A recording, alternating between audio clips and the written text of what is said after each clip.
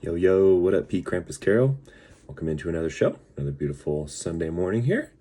Well, it's official. I was having more fun with the Zachary Wilson Jets than the Aaron Rodgers Jets.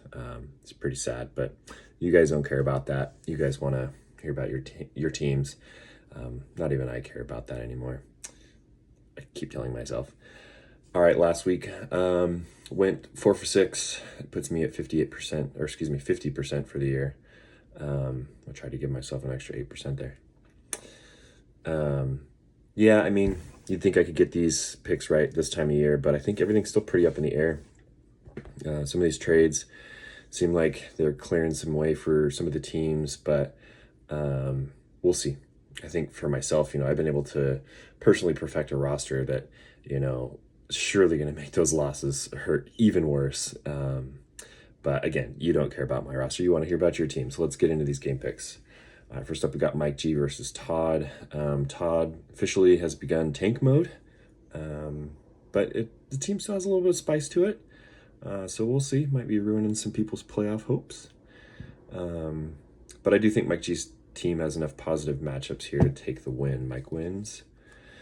And then we got Smuff versus Dexter.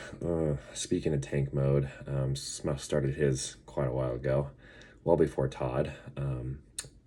And I do have it on good authority that Smuff believes that the 6th spot in the draft is an okay place to be. But I feel like I've heard him complaining about drafting from the 6th spot and how there's nothing there. But that's okay. Conversation for another time, right, Smuff? Dexter gets the win. All right, next up we got Kyler versus Adam. Good game to watch here for some playoff contention. I think Kyler, he's in right now, but only a few games out, and anything can happen between now and week 15, so he definitely needs a win. And then we've got Adam, who continues to put players on the trade block, but continues to refuse to trade with anybody. Unless you offer him Christian McCaffrey for the Vikings defense. Yeah, you're not going to get that, Adam. Anyway, I think this game's going to be super tight, but, as long as Adam doesn't actually start Tyrone Tracy on the bye week in his lineup right now, I think Adam can sneak out a win. I think both are going to get a median win, but Adam's going to win the matchup. All right, next up we got Josh versus Matt.